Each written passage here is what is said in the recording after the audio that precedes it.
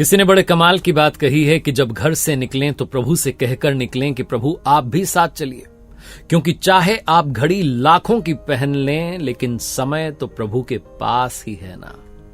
नमस्ते, मैं हूं आरजे कार्तिक। एक बड़ी छोटी सी कथा है, कहानी है, सच्ची घटना है। एक संत जी वृंदावन से वापस अपने पटना के आश्रम के लिए निकले। संत जी वृंदावन में पहुंचे थे। उन्होंने वहां रहकर के वृंदावन में मंदिरों के दर्शन किए थे। एक दुकान से लड्डू खरीदे थे, मंदिर में जाकर के प्रसाद चढ़ाया था। वो लड्डू का डिब्बा अपने साथ अपने बैग में लेकर के वापस जा रहे थे कि वहां आश्रम में जो बाकी के साथी हैं उनमें बांट दूंगा प्रसाद। जब वो पटना की यात्रा कर रहे थे, ट्रेन में सवार थे, तो पटना 3-4 घंटे दूर था। मुगल सराय स्टेशन पर ट्रेन रुकी हुई थी और आधे घंटे के लिए वहां ट्रेन रुकती है।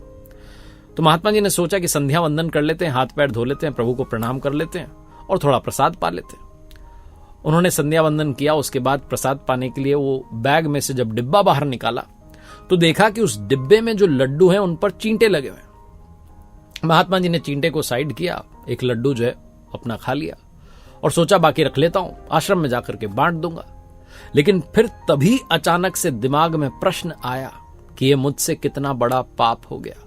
मैं तो यहां ट्रेन में सवार होकर के आ गया और अपने साथ में इन चींटों को लेकर के आ गया हूं जिनका जन्म वृंदावन की पावन भूमि में हुआ।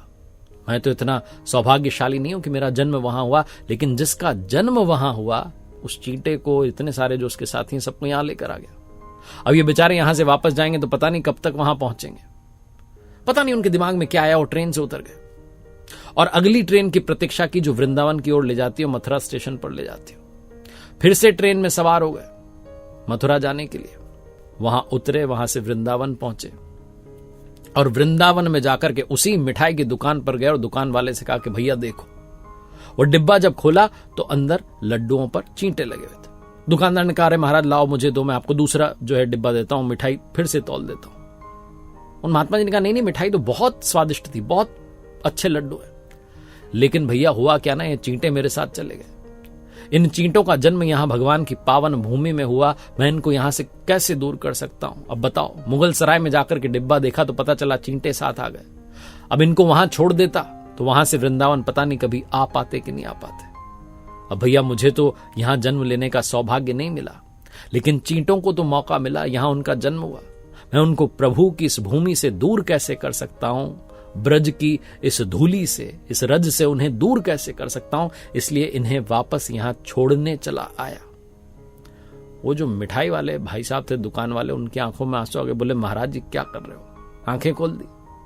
मेरी दुकान यहां बरसों से कभी मैंने इस भाव से देखा समझा ही नहीं।